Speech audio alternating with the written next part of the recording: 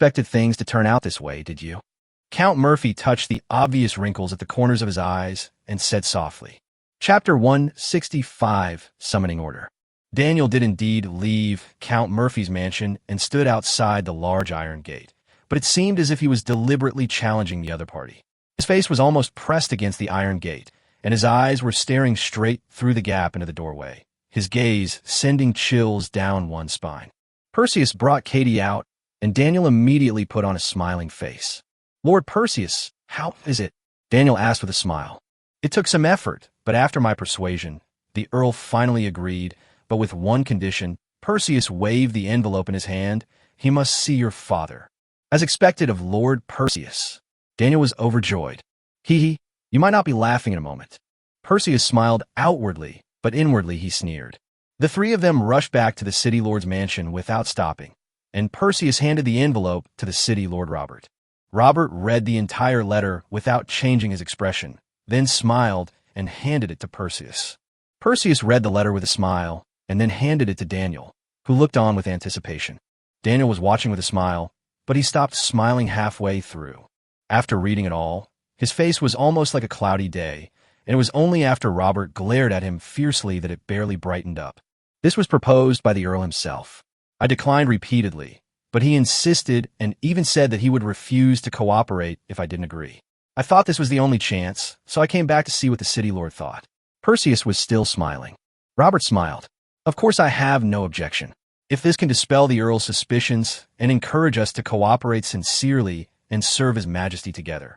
What's wrong with me obeying your orders, let alone my men? I truly admire the Lord's integrity and loyalty to His Majesty, Perseus exclaimed. Robert chuckled. However, I must remind Lord Perseus that these guys are all scoundrels, greedy for money, and willing to risk their lives for profit. They are not worthy of your complete trust. I hope you will be wary of them to avoid any unforeseen events. Thank you for the reminder, Lord City Lord. You're too kind, Robert said, looking at Daniel.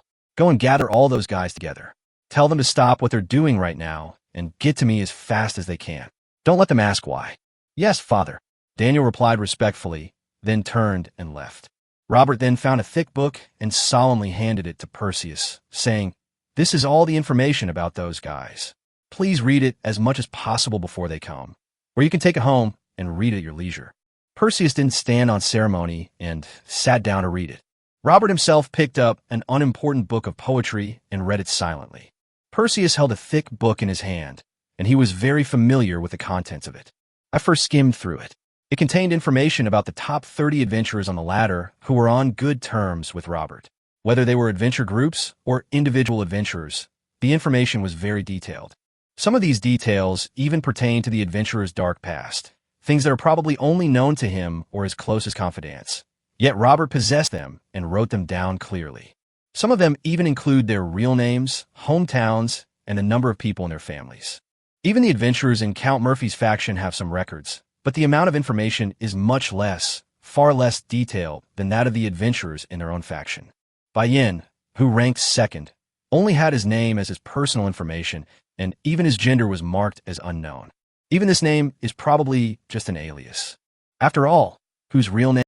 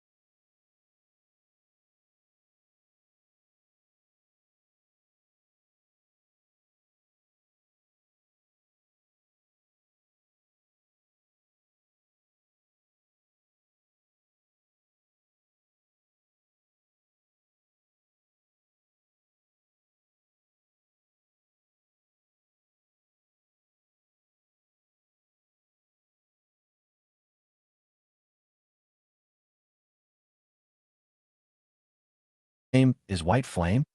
However, the number 1 ranked Tianlong Adventure Group also seemed to have a considerable amount of information records, although those few sheets of paper had been torn up.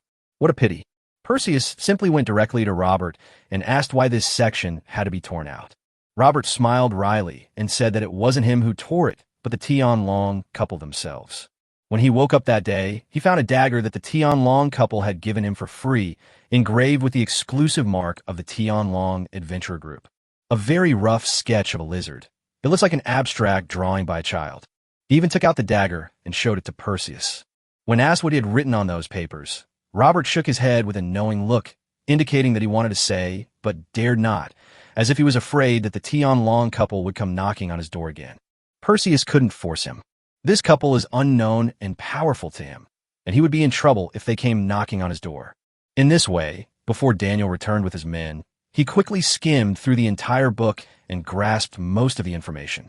In reality, only the top few adventurers are truly valuable, but the others should not be overlooked, just in case.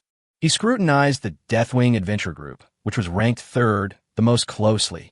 The Heavenly Dragon Adventurers Guild is elusive, with neither its head nor its tail visible, and the White Flame is equally enigmatic. The one who truly reigns supreme in the Eagle Peak City Adventurers Association is none other than the Wings of Death. The Deathwings Adventure Team consists of 8 people, 3 6th-tier experts and 5 5th-tier experts. The male-to-female ratio is exactly 5-3. Of the 3 6th Order individuals, 1 is female. Don't underestimate this group of just 8 people. They're already a formidable force. The 4th-ranked Wind Whisper Adventure Group has 2 6th-tier powerhouses, while the 5th-ranked Iron Metal Adventure Group has 1. From a 6th Green Light Adventure Group onwards, there have been no more 6th-tier powerhouses. The power gap between 5th and 6th-tier cultivators is enormous, and the gap between 6th and 7th-tier cultivators is even more insurmountable. Perseus should be a 6th-tier powerhouse now, making it easier for him to defeat Mario and his 5th-tier opponents than a father could beat his son. Of course, the other side did not use its full strength. True strength is often only revealed in life-or-death situations. Their simple fighting style clearly didn't involve risking their lives. But he didn't give it his all. If both sides fight to the death, he is confident that he can wipe out the enemy team while preserving his own life. But if you were to fight Bai Yin, a 7th-tier opponent, let alone, apart from the Tianlong couple, all the other adventurers, including Ivisa and Katie, would be chopped up like potatoes by Bai Yin. That's how brutal the gap in strength is.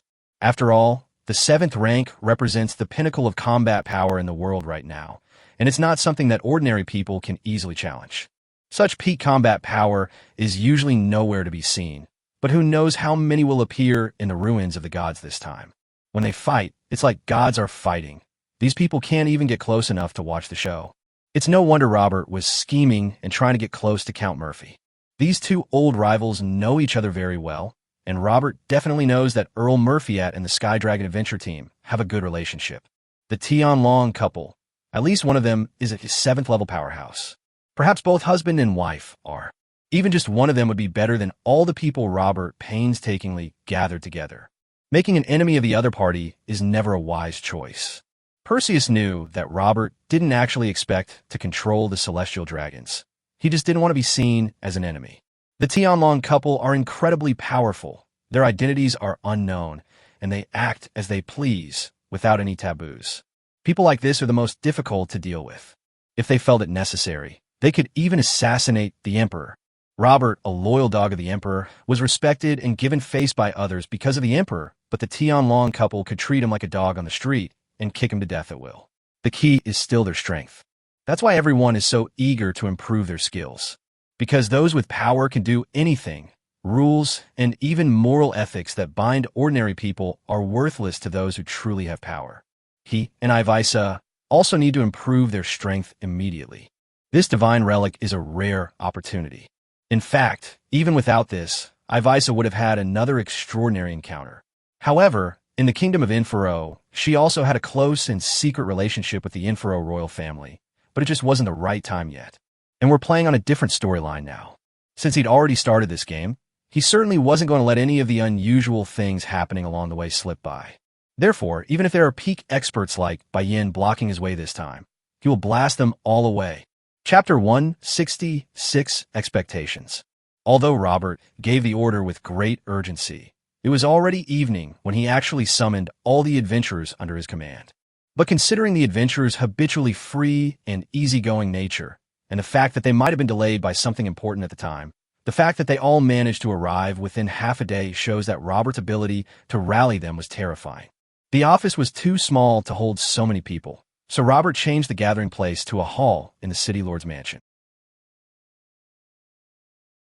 Perseus had been there since the first adventure group arrived, standing on the steps with Robert, looking down over the hall.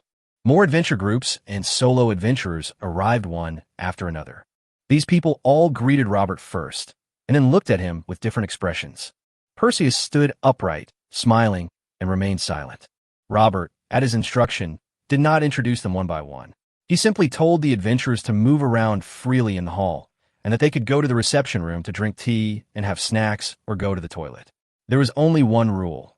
They were not allowed to leave the city lord's mansion, so as not to have to look for someone again later. Until the last adventurer group entered, many adventurers walked around, gathered together to chat, and glanced at Perseus one after another, but he stood there motionless as if his feet were rooted to the ground, without even swaying. Moreover, silence and a smile.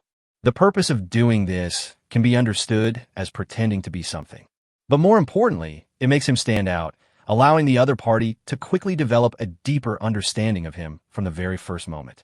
It's very simple and practical, but I suggest that people who don't know magic should not try to learn or imitate it. Otherwise, even if they could persevere, they will still have to go to the hospital for amputation. To Perseus' surprise, Lord Robert, like him, stood motionless for a long time. As the city lights came on, they finally didn't have to stand there like idiots anymore. All the adventurers belonging to Robert's camp had arrived, and they had dispersed into small groups according to their different teams, standing in front of them and looking up at them. Having read Robert's thick document beforehand, Perseus was able to match the faces of these people with their identities without needing any introductions. Everything is already deeply ingrained in my mind, including the dirty deeds that some of them have done. Ladies and gentlemen, Robert said in a kind and loud voice, thank you all for coming all this way today. I have prepared a banquet in another hall. I will only briefly mention a few things, and then please move on. Good. The crowd immediately cheered in response. However, a small number of people did not join in the shouting and clamoring. Their eyes gleamed with an unusual light that was impossible to decipher. Perseus quietly memorized the key points of these 10 or so people. They were all top-tier, powerful adventurers, Robert's true reliance, and perhaps they already knew something ahead of the others. Robert immediately became serious and gestured for everyone to look at Perseus. This is Lord Perseus from the capital. Those of you who are well-informed should know his current status in front of our invincible emperor. I don't need to say more about how you should deal with him. Hello, everyone. Perseus smiled broadly, displaying his natural grace. The adventurers below all stared at him, their expressions varying, some utterly horrified. He's Perseus? Perseus was somewhat surprised. Was he now famous throughout the entire empire? Discussions rose and fell. That fearless Perseus. I heard that at that auction. He bought that person. Everyone thought he was going to die.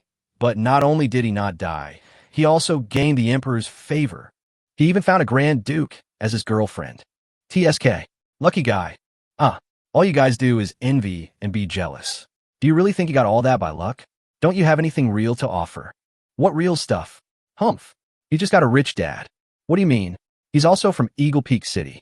His family used to be wealthy, but they've fallen on hard times. I've met his father. He was a count, yet he's poorer than me. Hee. You really don't know? Or are you pretending not to know? I only heard from others. Don't take it seriously. This kid is the emperor's illegitimate son. The emperor's illegitimate son? Countless gasps of surprise echoed throughout the hall. Perseus remained unmoved and unfazed. This rumor is completely unfounded, but as long as he doesn't spread it around, the higher-ups won't be able to hold him accountable. He will make a point of denying it.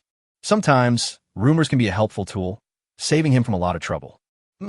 Robert's face darkened. You'd better keep your mouth shut. Don't believe those vile rumors, and definitely don't spread them around. If His Majesty punishes you, no one can protect you. The entire place fell silent instantly, and the adventurers reluctantly shut their mouths.